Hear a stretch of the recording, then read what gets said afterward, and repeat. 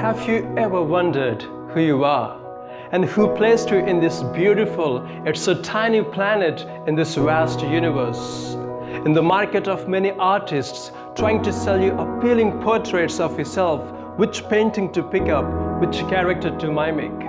A story was told about a little girl who asked her mother, how did the human race begin?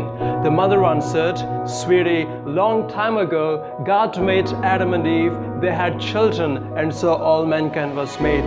2 days later, the girl asked her father the same question, how did the human race begin? The father answered, many years ago there were monkeys from which human race evolved.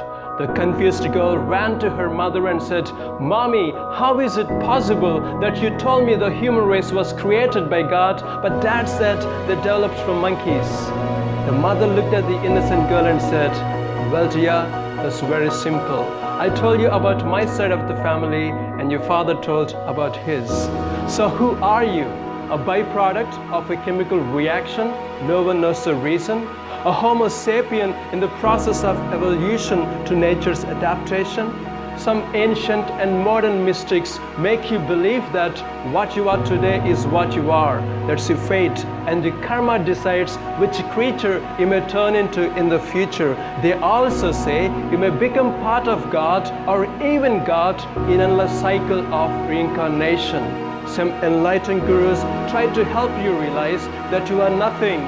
You think you exist, in reality you don't. You think you love, in reality you don't. It's just the illusion created in your brain. It's the maya of life. The husband you entrusted your life with has told you are no longer desirable. The wife you loved so much has laughed at you and said you are weak and impotent. The boyfriend or the girlfriend that you put your hopes on has told, I love you, and you are not sure what but you are. The celebrities in the talk shows talk like you are not famous enough. The front cover models in the magazines convince you are not attractive enough. Some say you are too tall, others say you are too short. Some say you are too fat, others say you are too flat. Rich say you are poor, poor say you are rich. White say you are black, black say you are white. Excited sometimes, exhausted other times. You wish to be somebody else and put on the mask to live like someone else. Even bored of being a human, you think you are an alien or sort of force in this cosmos. Stuck between various choices, confusing noises, your mind plays many games in the world of images, and you still wonder who you are. Away from these voices, please listen to what God says who you are. Certain men came to Jesus on one occasion and asked him a question. Is it lawful to pay taxes to Caesar? Jesus asked for a coin, so they brought him a coin. Then Jesus asked, whose image and inscription is this? They said, Caesar's. Now Jesus replied, then give to Caesar the things that belong to Caesar, and to God the things that belong to God. They were stunned at his brilliant reply and walked away without a second question. If at all they had asked him another question, it would have been what belongs to God. Then the prompt reply of Jesus could have been, whose image is on you? The Bible says, in the beginning, God said, let us make man. Then himself reflecting in the palm of his hand is skillfully sculpted, carefully crafted the first man and woman and breathed his life into them. The moment they opened their eyes, the first person they ever saw was their maker, and they knew what they were like. They were blessed beyond description, intended to reign and represent his kingdom. But soon after something happened, man heeded the twisted lies of Satan. Sin entered the world, bringing death and destruction and distorting his image in us since then. But God in great mercy sent his only Son, Jesus Christ, the perfect expression of his essence, emptied all of his glory divine, took on the fragile nature of a human. All our sins on the cross he bore, all that was lost in him restored. Now he invites you into the courts of his love to behold the beauty of the Lord and says, you are the apple of my eye. Let me explain a bit of what that metaphor meant. It's very heart-touching and captivating. See how the God of the universe borrows the language of a boy, telling the girl he's madly in love with, come close, very close, much closer, look into my eyes. what do you see?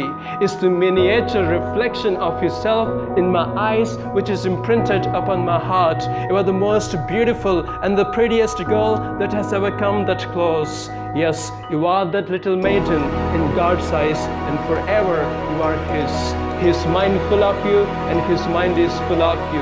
You are no longer a stranger, but a citizen of heaven. No longer a servant or enemy, but God's own friend.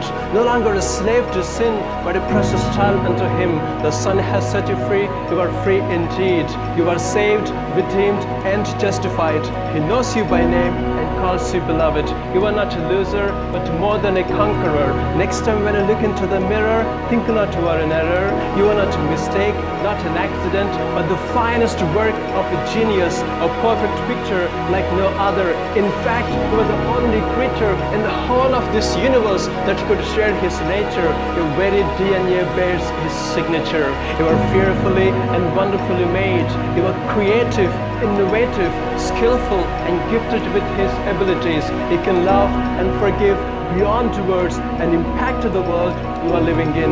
So dear friend, it's the time to recapture the wonder and awe of who you are. Yes, you are so unique, individual, indivisible, irreplaceable. You are called, chosen, and set apart for His mission, commissioned into the world to be a royal ambassador for the King of Kings and the Lord of Lords.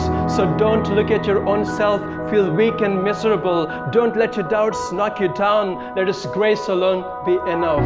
You are what the Bible says you are, and you have what the Bible says you have, and you can do all things through Christ who strengthens you. So rise up and take your place and shine forth. Surely the day will come. Christ will return. You will stand in His presence and look into His eyes as He wipes your tears away.